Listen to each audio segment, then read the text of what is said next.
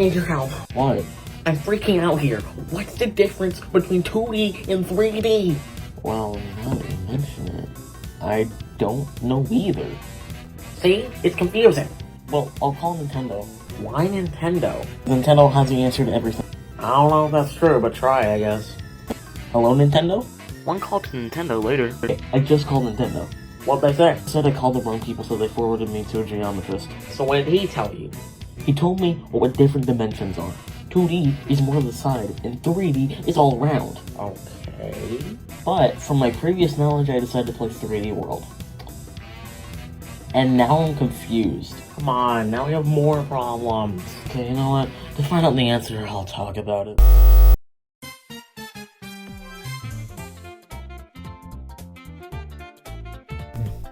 Mario 3D World. It's a game where it sort of takes notes from 2D Mario, but also kind of mixes it with 3D Mario.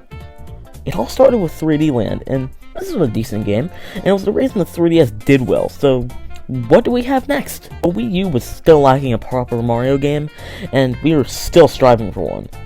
But then, at E3, we got a look at the new 3D Mario, and when this game was revealed, yeah, it didn't look great. Probably would have been better if we hadn't gotten a yearly Mario at that point from Mario Galaxy 2's release, because we were starting to get a fatigue. This wasn't doing any better from the new Super games that we got last year, and back to back too. So they were the exact same thing, just slight alterations, and this looked like a very bland and unexciting first reveal. Plus, it still had the 3D part from the 3DS on it, even though it was on the Wii U, which I think we all know does not have the 3D effect of the 3DS. Needless to say, this just wasn't a good first impression.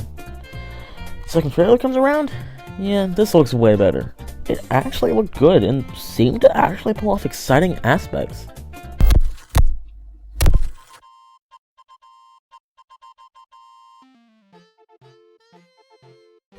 Okay, so, what did this bring new from the 3DS game? Oh, please don't get me started on this game. I'm gonna go on and on. Please don't go too far. I'm on a tight schedule. What do you mean? We spend most of your time in this house. I have to have a good balance between in here and my room. Okay, can we just get back to it? Oh, okay, I guess I'm missing my plans at 2:15. Oh, it's just listed as nothing. First, its story is actually different. Yes, it isn't Peach getting kidnapped, because you can play as her. No, Bowser actually steals the Pixies from the Strixie Kingdom, and you're saving them, going from world to world. Even if it's not Peach, it's basically just her, like times 10. Second, as we sort of clarified before, more characters. First, you have Mario, which basically plays the same as normal. Luigi, which can jump high, and he was also in 3D Land, so they could reuse files for him, but it's still a different shakeup. Peach, who has a floatier jump. I don't play as her much, but Peach with a Tanuki suit did help me get through Champions Road. And Toad, which can go fast. Only someone you pick if you really want to speedrun the game. I really have a thing for, this guy. After you get past a course in Star World, you unlock Rosalina, which gives you a spin move.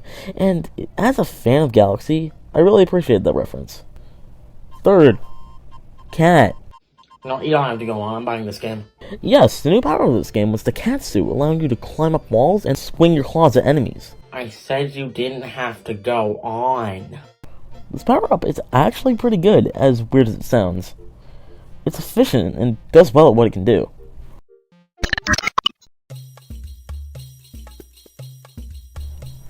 Now let's take a look at the levels.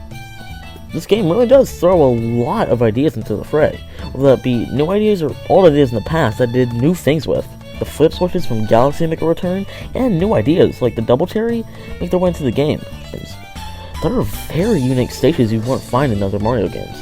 It's mainly because this game feels like a crash course in every level, than places that are lived in, like levels in past Marios, or in the future of Odyssey. Honestly, that's alright, and these types of levels are pretty fun. Level after level has something interesting in it, and it's amazing. My favorite overall is Bleep Block Galaxy, where the blocks fade in and out, and you have to go to the beat to the music. It's such a great level, and sometimes you're on edge and not knowing when the best time to jump is, and it gets faster in the post-game level too, and that just goes to show that this is the best idea in the game in my opinion. The mystery houses are great. They're more micro-sized challenges, and they are great at throwing new ideas from challenge to challenge, and it's fast and quick, and it's fun. It's almost like WarioWare, but kind of in a different way. And it does get you a lot of stars, so I'll give it that. The boss stages are great, whether it be throwing bombs back at Bowser's clown car, or defeating Boom Boom while he tries to get in his shell and roll around, or defeating Pom Pom, which can clone herself, and it can be pretty hard to see which one is actually her, or Histocrat, where you have to jump on the plates to get to his head. It can be legitimately challenging. Best one, in my opinion, by far, is the final Bowser fight. You have to try and chase Cat Bowser to the top, and it can be really hard considering the obstacles you have to dodge to get there. And when you do, it's so rewarding, and the credit scene is amazing with a version of the main theme. It's honestly one of the best final levels in a Mario game ever. After that, another Mario tradition lives on, bonus levels. 3D Land did this too with 8 more worlds, but I mean, I didn't play them too. 3D World also did this with 8 more worlds.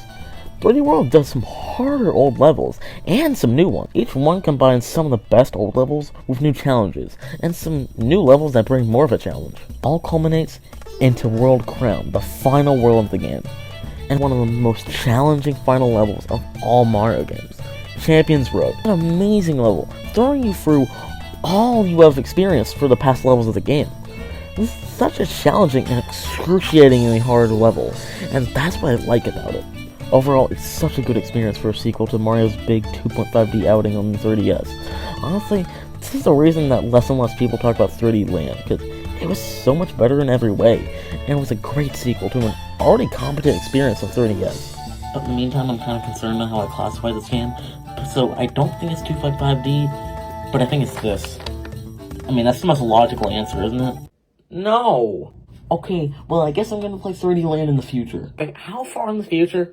Definitely not today. So you mean I'll have to continue wondering what dimensions 3D World and 3D Land are? Yes. No!